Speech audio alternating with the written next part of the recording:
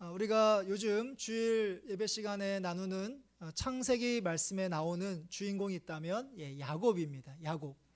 우리가 읽은 오늘 말씀 당시에 야곱은 하란에서 20년 정도 살고 있었을 때입니다. 그의 외삼촌 라반의 속임수로 7년을 두 번씩이나 14년을 보냈고, 그리고 양떼를 돌보는데 6년을 보내서 지금 20년째 삶을 살아가고 있습니다. 그 사이에 야곱은 12명의 자녀를 얻게 되었지만 라반의 종처럼 그렇게 살았기 때문에 야곱의 소유는 없었습니다. 야곱은 새로운 품삯의 계약서를 쓰자는 라반의 제안을 거절하고 그 대신에 놀라운 제안을 합니다. 외삼촌의 양 중에서 아롱지고 점있고 또한 검은 것을 자신의 소유로 삼겠다는 제안입니다. 이에 라반은 흔쾌히 수락합니다. 근데 라반이 속임수에 능한 라반이 이미 계획을 가지고 있었는데요. 그 약속한 그 시간 3일 전에 바로 라반이 자신의 아들들을 보내서 이 야곱이 얘기했던 아롱지고 또 점있고 검은 그 양떼들을 미리 이제 빼놓았던 것이죠. 그래서 이번에도 그전에도 계속해서 속임을 당했던 이제 야곱이 이번에도 결국은 라반의 속임수에 넘어갈 것 같고, 이번에도 승자는 라반인 것처럼 보입니다. 그런데 놀라운 일이 벌어집니다. 야곱은 나뭇가지 요법을 사용하여 라반의 양과 염소를 자신의 것으로 만들기 때문인데요. 나뭇가지 요법, 여러분들이 처음 들어보셨을 텐데, 나뭇가지 요법은 이제 그 동물들의 어미가 새끼를 뵐 때 그 새끼를 베는 어미 앞에다가 그 나뭇가지를 갖다 놓으면 그것을 본 어미가 바로 그 나뭇가지와 비슷한 색깔의 새끼를 낳게 될 것이다 라는 그런 민간 요법, 또 그 당시에 그 지역에 내려오는 미신이었다고 합니다. 근데 오늘 말씀을 보면 나중에 살펴보시겠지만 야곱이 이 미신을 믿었던 것이 아니라 하나님의 일하심이 있다는 것을 우리가 나중에 다시 한번 살펴볼 수 있을 것입니다. 결국 야곱은 아무것도 없었던 사람이었는데 이 놀라운 기적을 통해서 야곱은 정말 많은 것을 소유한 부유한 자가 되었던 것이죠. 그 결론적인 말씀이 우리가 읽지는 않았지만 창세기 30장, 그러니까 우리가 읽은 31장 전에 있는 창세기 30장 42절부터 43절에 이렇게 기록되어 있습니다.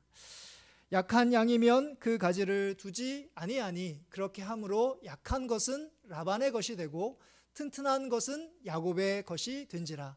이에 그 사람이 매우 번창하여 양떼와 노비와 낙타와 나귀가 많았더라. 이제 드디어 20년 만에 야곱의 소원대로 정말 부유한 사람이 되었습니다. 정말 모든 일이 잘 되었습니다. 우리가 흔히 얘기하는 해피엔딩, 해피엔딩과 같은 일이 벌어진 것이죠. 야곱도 라반처럼 부유하게 되었고 20년 동안, 긴 세월 동안 라반을 위해서 충성 봉사했던 그 수고의 대가를 얻은 것 같은 너무나 기쁜 순간이었습니다. 말씀에 나오지는 않았지만 이 순간 야곱은요 너무 기쁘고 가슴도 벅차 올랐을 것입니다. 그런데 돌아가는 상황이 심상치 않습니다.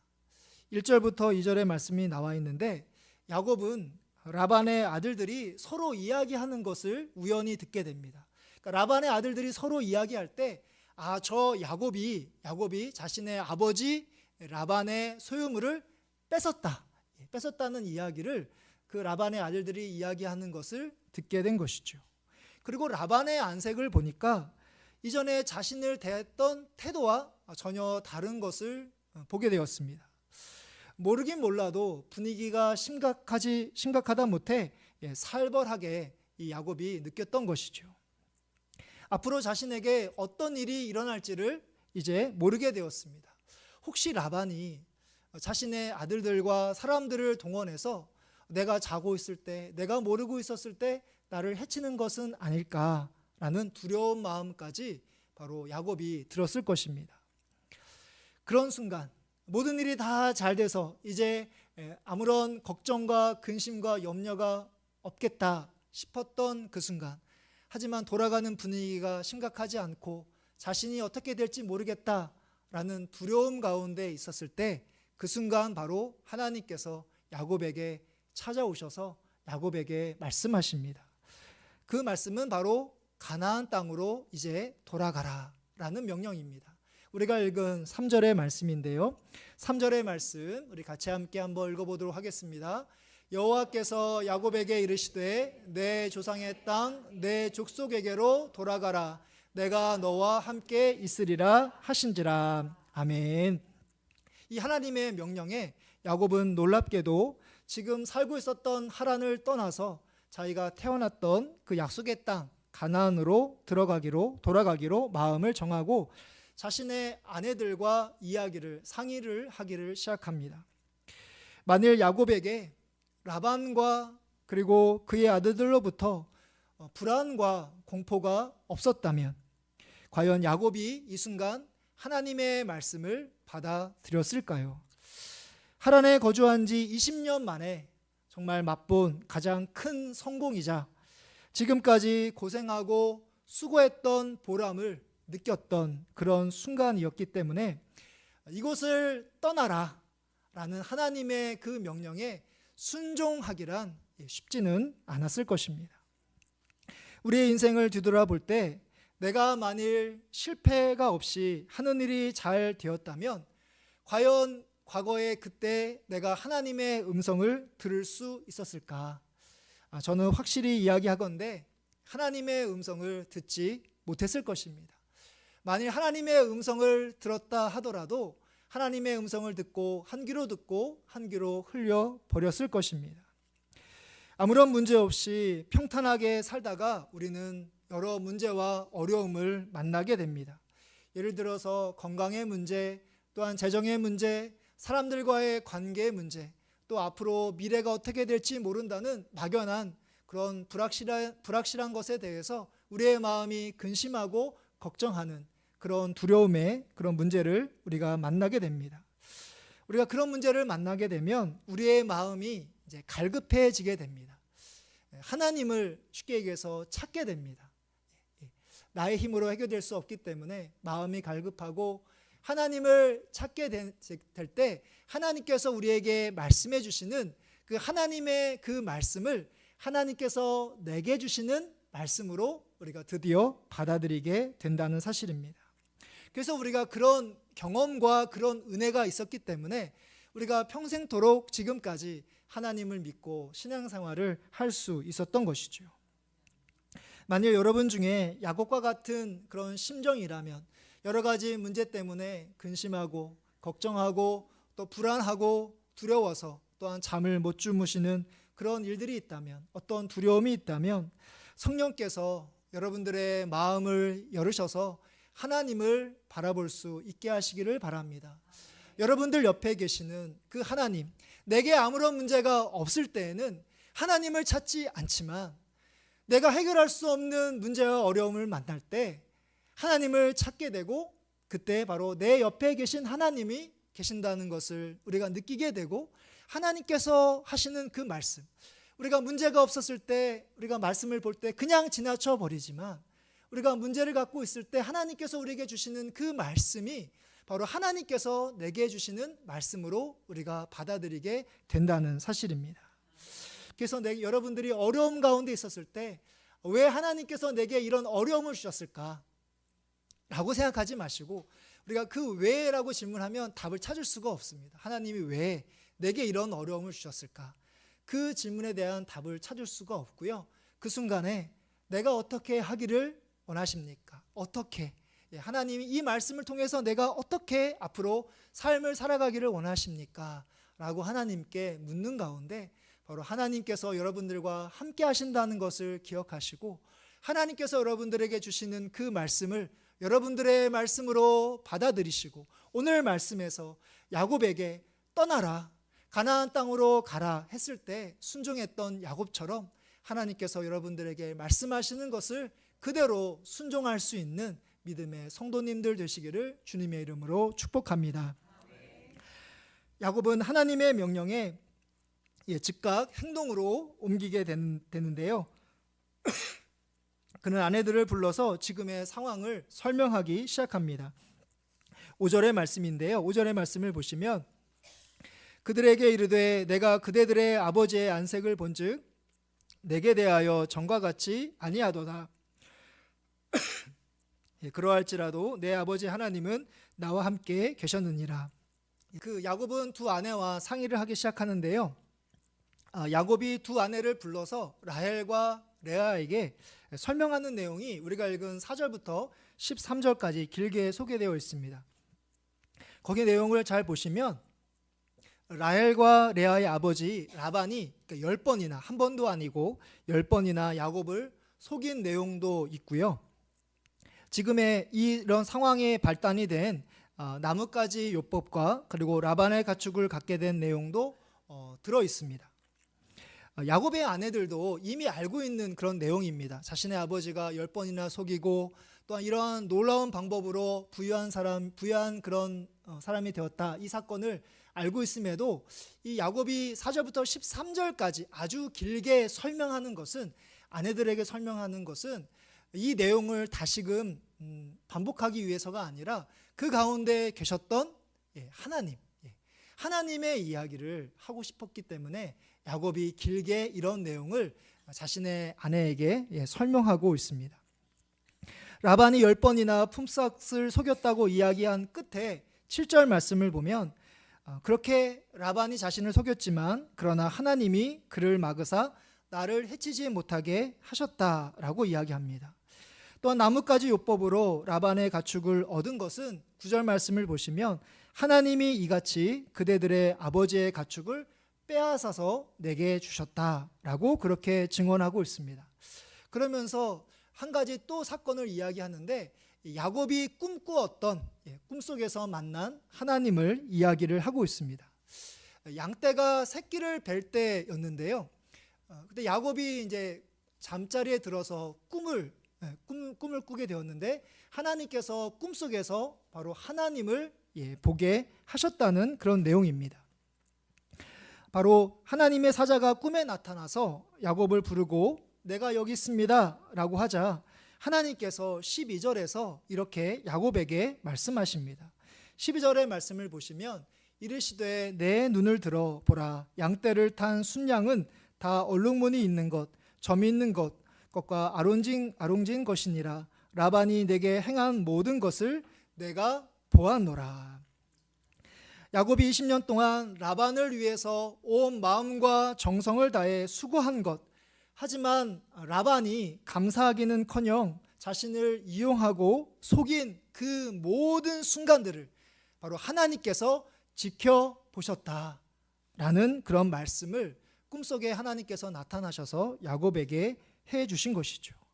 그 꿈속에 나타나신 하나님은 어떤 분이시냐면 바로 야곱이 자신의 고향 가나안을 떠나서 몰래 도망쳤을 때 바로 베델이라는 곳에서 그 하나님께서 만나 주셨던 그 하나님이십니다. 그 베델에서 바로 하나님께서 만나 주셨는데 그때 베델에서 어떻게 이야기하셨냐면 하나님께서 바로 다시금 가나안으로 돌아오게 하겠다라고 하나님께서 말씀하셨고 그때 야곱이 어떻게 이야기하냐면 그렇게 해주시면 제가 하나님을 더 섬기겠습니다. 하나님께 헌신하겠습니다. 라고 이제 야곱이 약속을 했습니다. 그런 순간들을 이제 하나님께서 야곱에게 생각을 나게 해주셨다는 사실입니다. 아까 제가 말씀드렸던 그 베델의 사건, 베델에서 하나님께서 야곱을 만나주셨던 사건이 창세기 28장에 나와 있습니다. 창세기 28장, 중요한 장인데요. 우리가 읽은 내용은 창세기 31장입니다.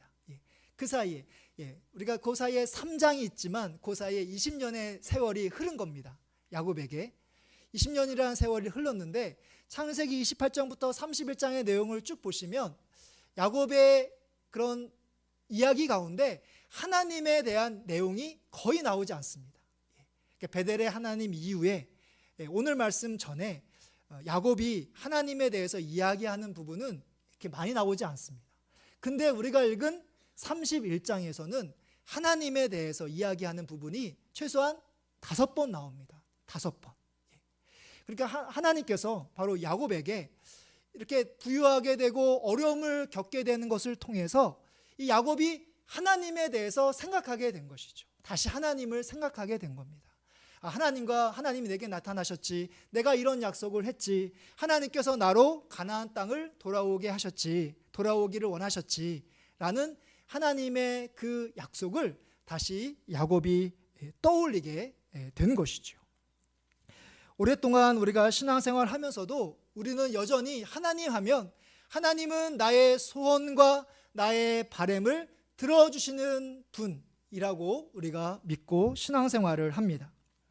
그대로 되지 않으면, 그러니까 내 소원과 내 바람대로 이루어지지 않으면 우리는 하나님께 쉽게 원망하고 불평하고 실망하고 낙심합니다.